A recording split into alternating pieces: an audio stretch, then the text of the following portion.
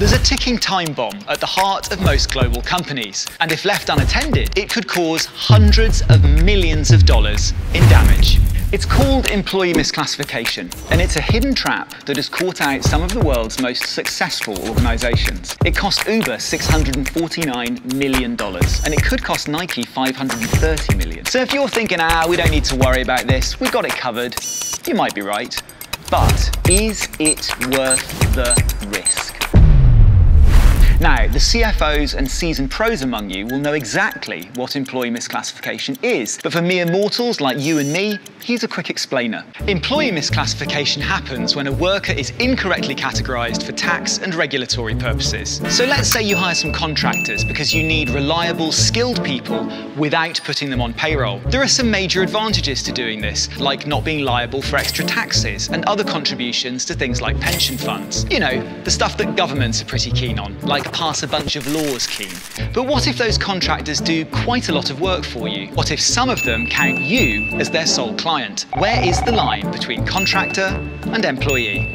Well, that's the problem. The line can be very tricky to find. Once upon a time, ignorance of the rules or accidental misclassification might have been a plausible defense. But in an era of rising tax burdens and constrained public spending, voters and governments are taking corporate regulations a lot more seriously than before. And if you miss the line, say hello to fines. Big, big fines. Huge.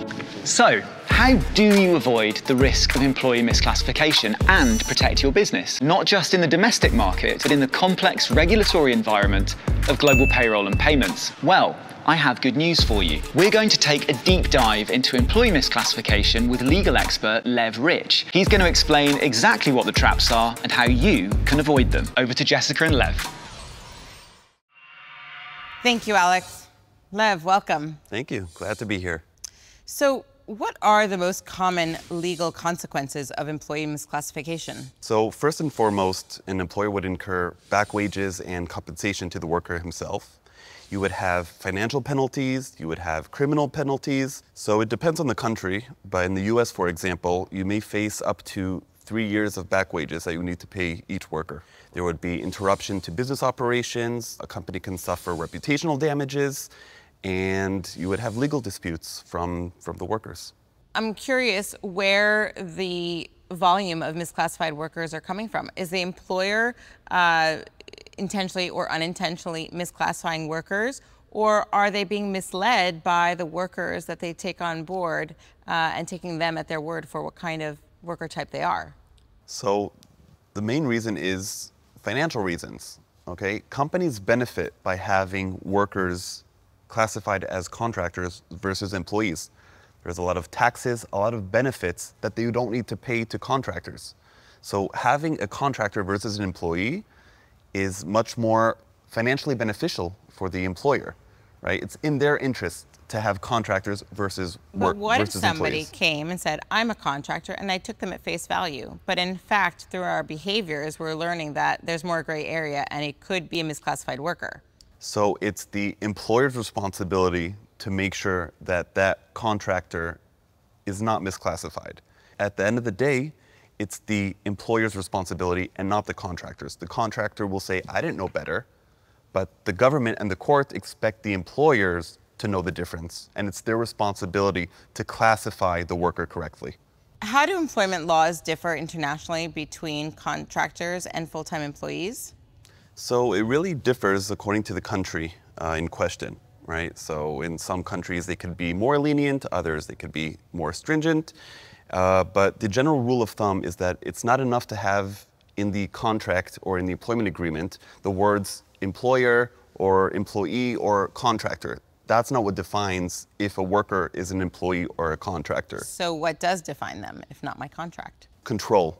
The more control that the employer has over the contractor or the worker, the more courts and the country is more likely to see that person as an employee versus as an independent contractor.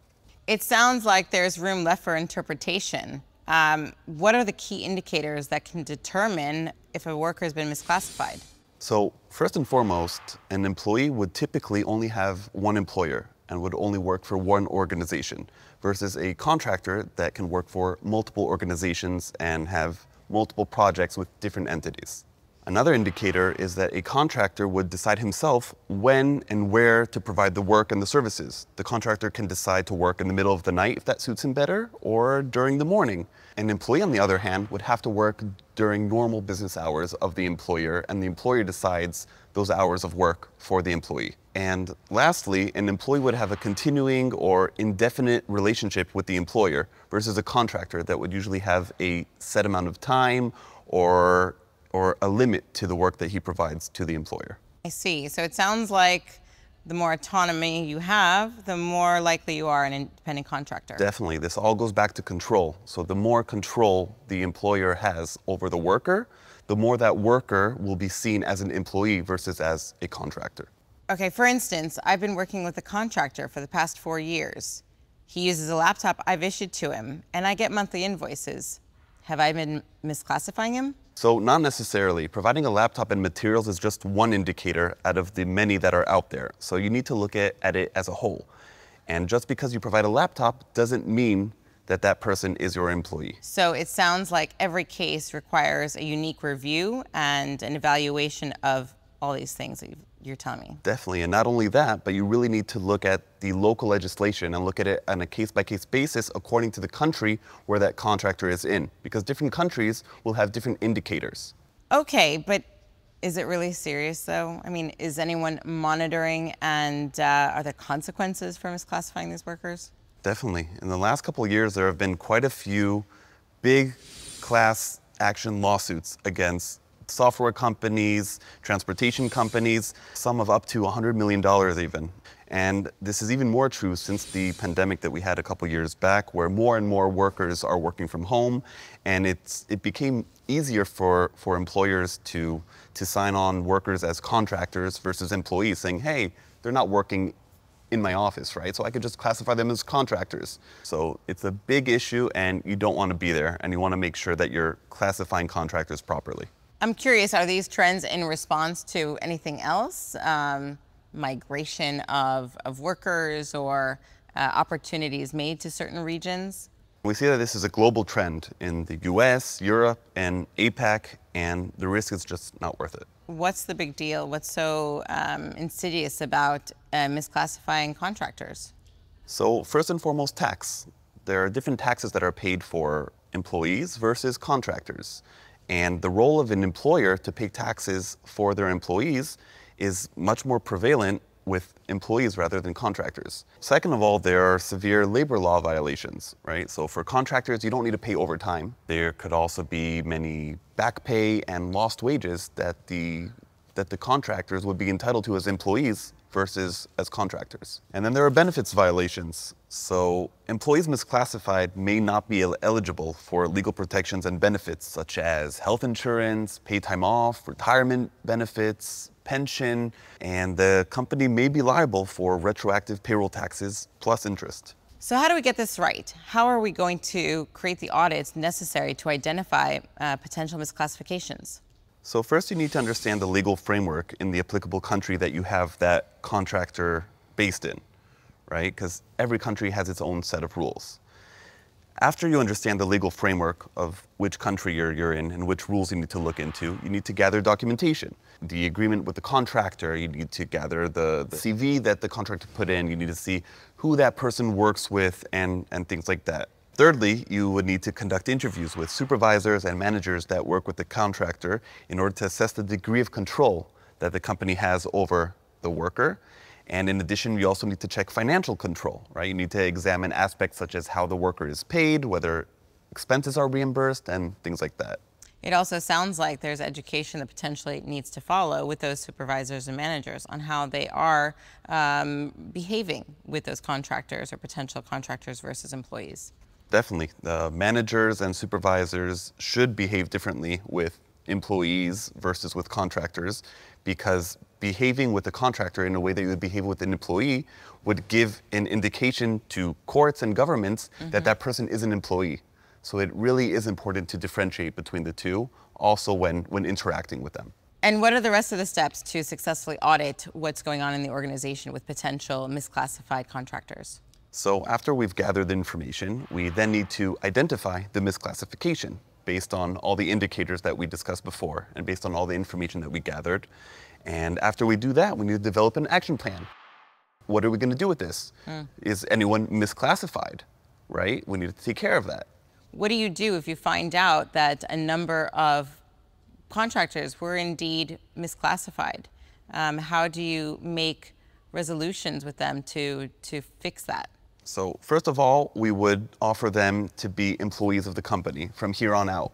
And also, depending on how long that contractor has been providing services to us, we would contemplate providing some sort of bonus, some sort of back pay to compensate for the work that has been provided and for the benefits that the contractor hasn't received to date. And the whole purpose of this is to mitigate the risks of penalties, right? So it's better for us to identify that a contractor is an employee and to change that relationship rather than wait for some government entity or for the courts to decide otherwise. And then we will also face fines and criminal charges.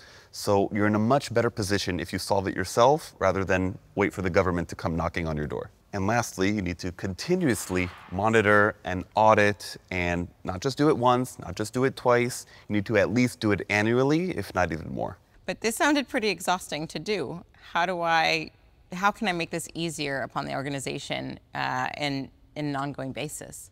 So that's exactly where technology comes into play. You could implement technological solutions, AI solutions, into your audits and into your management systems in order to collect this information for you on a day-to-day basis, live, and to already understand the degree of control that an employer might have on a contractor based on all these different indicators. We could already collect that information and already have automated tools to flag that to the employer. And to the experts who can identify if there is a gray area. Definitely. So the experts can draw conclusions, right? They could look at the data and then make that determination. And depending on the tools themselves could already give those conclusions and summaries. Okay, but compliance can be pretty dicey. How do I know which technology I can put my trust into to evaluate compliance issues? Sure. So you would want to work with a credible company, right? And how do you know that a company is credible? If it's a global company, if they've been approved by regulators, right? If it's a company that's regulated by banks, also if that company partners with financial institutions or with other regulated institutions. And of course, what I think is the most important point, and not just because I'm a lawyer, is to make sure that the company has the legal expertise to support your workforce strategies. So where is this going? How do you see potential regulatory changes in the landscape in the next few years? So this issue isn't going away anytime soon, and in fact, it's only going to continue to grow. The number of contractors is growing and growing, and therefore it's really important to have those technological solutions in place to help the experts in your company and to help those professionals to make sure that they're classifying workers correctly. Thanks, Lev, for joining us. Thank you for having me. And thank you for joining us. See you at the next session.